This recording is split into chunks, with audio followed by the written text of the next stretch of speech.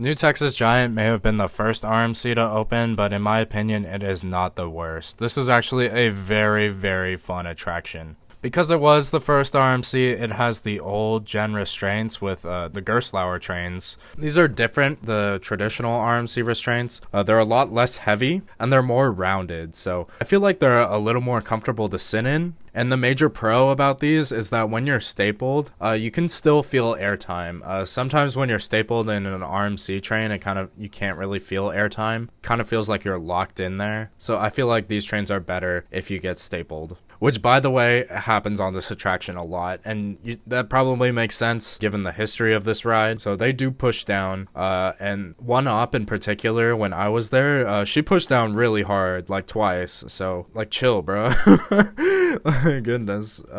Like, it was really excessive. Like, you don't need to do that, you know? I really dislike when some ride operators, like, use a lap bar as, like, a weapon to, like, drill into your stomach or your thighs. It's just like, bro, what are you doing? You know, relax. But again, I understand the history of this ride, so I can't complain. And as I said, you can feel airtime even when you're stapled. One thing that's really cute about this station is that it has like a chicken coop, so that's really unique. I haven't seen that on any other roller coaster that I've ridden. Also, the queue area is pretty nice.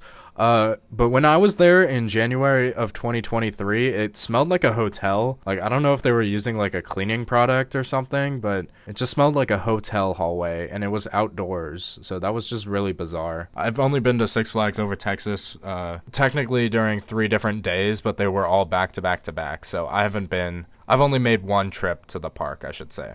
During those 3 days at this park, I got many, many rides in the back row. I rode this attraction a total of 10 times over 3 days. Most of those rides were in the back row. I took one ride in the front, though. But I feel like this attraction is very much a back row ride. So let's dig into this layout. The ride itself looks a lot like Steel Vengeance. Like, it has the same or similar colored track to Steel Vengeance, and the way that it's like totally by itself, and like the way that the terrain is shaped, and the fact that you have to walk like up a few stairs when you're in line, like right past the drop, it makes it look a lot taller than it actually is. So this ride definitely gives off Steel Vengeance vibes, which I appreciate. In terms of smoothness, this might actually be the only iBox coaster that I've ridden that is actually a little shaky.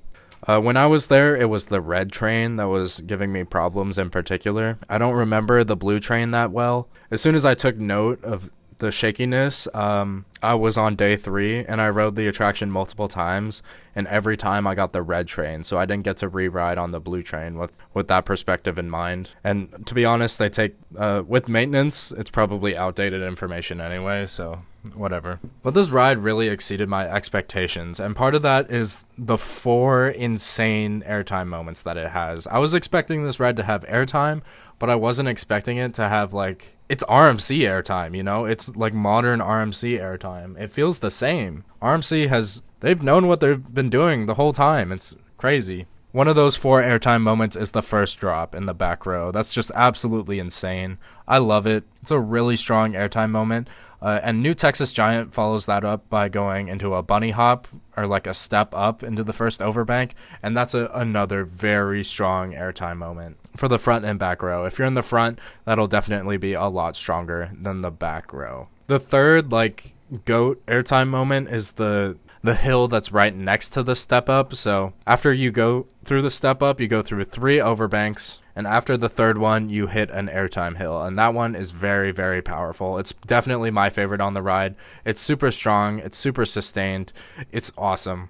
After that moment, you crest up into the mid-course brakes, and from my experience, it didn't slow me down at all. I did visit this park in January, so I don't know if when the ride is running faster in like the summertime, if it slows you down or not. I'm not sure. I'm not a local to this park, but when I was there, it was not a problem.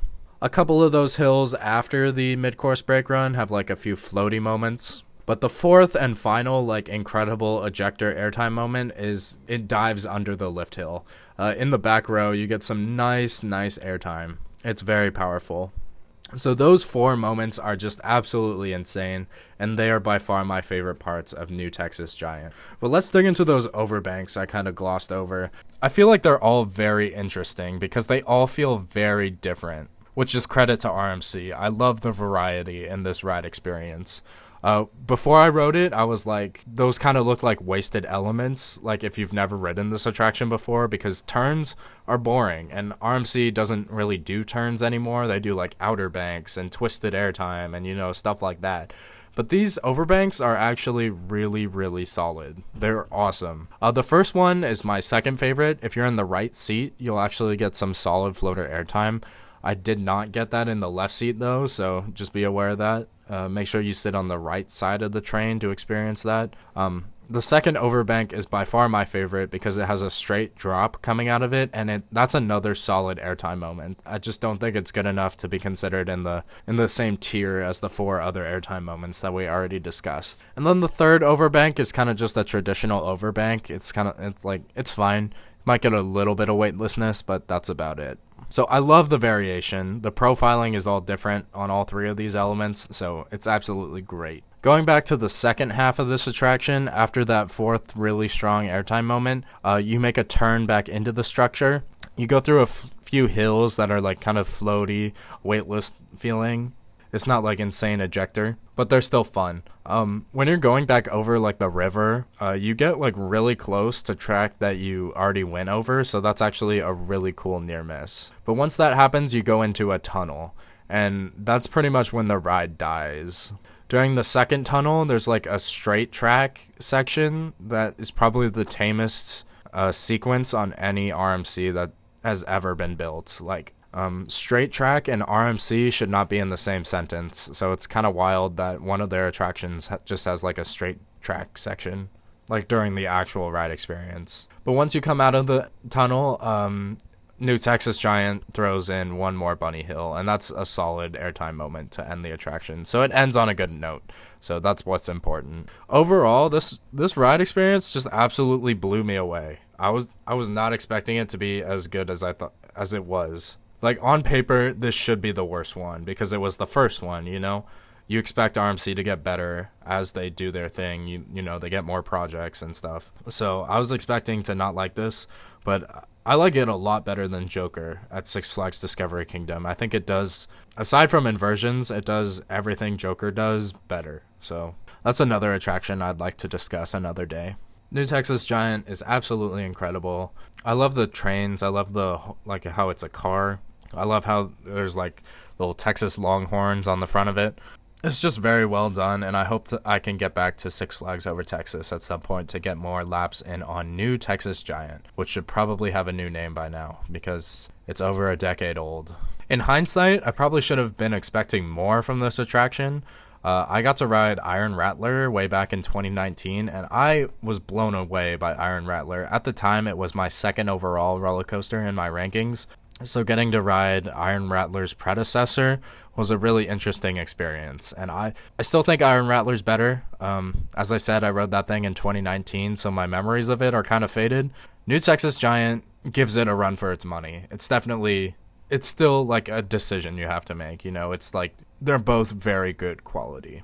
So yeah, that's my take on New Texas Giant. Do you agree with me? Do you disagree? What is your favorite part of this attraction? Please like, comment, and subscribe, and I will catch you later.